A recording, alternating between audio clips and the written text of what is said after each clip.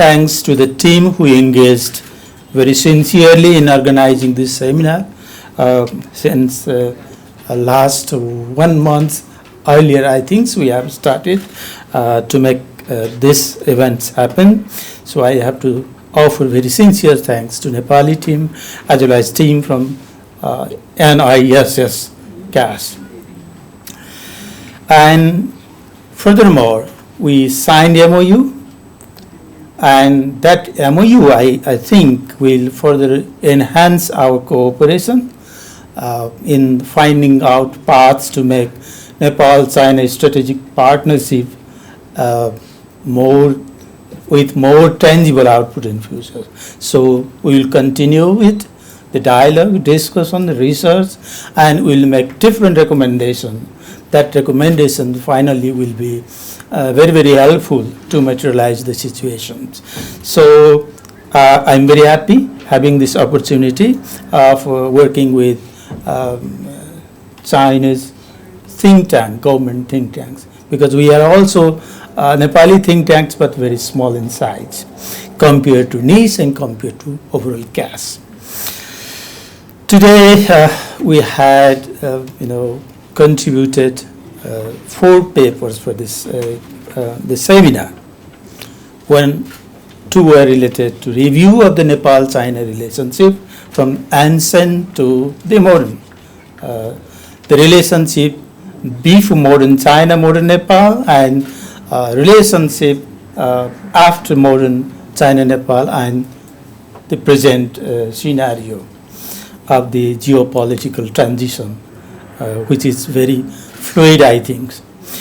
And next, we discuss more about the prospects, how we can build up this strategic partnership, in a very meaningful way, I have to say.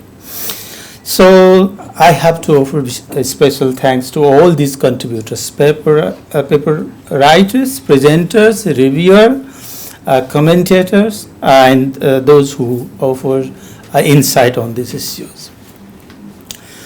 In my observation, and I'm not very much expert in international relationship, diplomacy, trade, but as a conscious, educators, I have to say, I read papers, I listen, television interview and everything.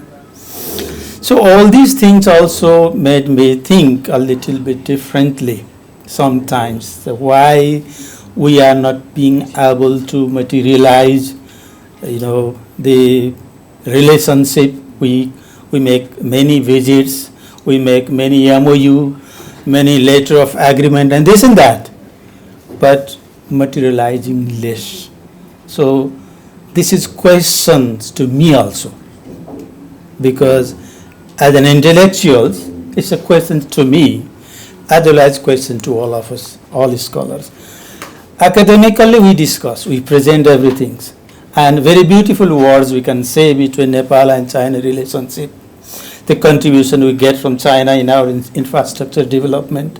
And if we talk about the 11th, 12th centuries, what the centers, Kathmandu was the center, and the things we see here, the cultural heritage here, that was the product of the business trade between, Tibet, Kathmandu being the center, Europe, and all. We see all these things. So those are the beautiful histories in the past. And also we can express beautiful words and beautiful interpretation of the Nepal-China relationship. But the most important thing is to think for the shared future. What exactly is this shared future is? So we have not characterized very well. If we do not characterize what the shared future we are talking about, and what the strategic partnership mean to us, there are different interpretations. If Nepal is engaged in a strategic partnership with China, it means related to military partnership like thing. People are making comments on that line also, but it is not actually. So we have to make things clear, because I am from the field of mathematics, and what mathematics usually does, it has assumption, axiom, postulates, definition, theorem, And if you connect all these things, then we produce another theorem. The same thing, I think, more structural, logical, framework is necessary if we want to materialize this strategic partnership in the future. So I think I should not make any comments or any remarks being specific to the topics of presentations today. But one thing I want to say, that it is the beginning.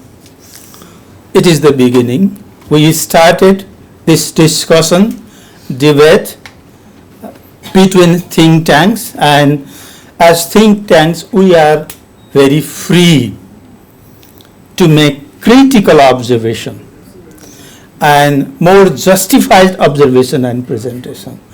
So it's the beginning, and let's hope in the future we can make a very good publications, for the recommendations, and we'll have a very lively sort of interaction, exchange in future, and materialize things very more.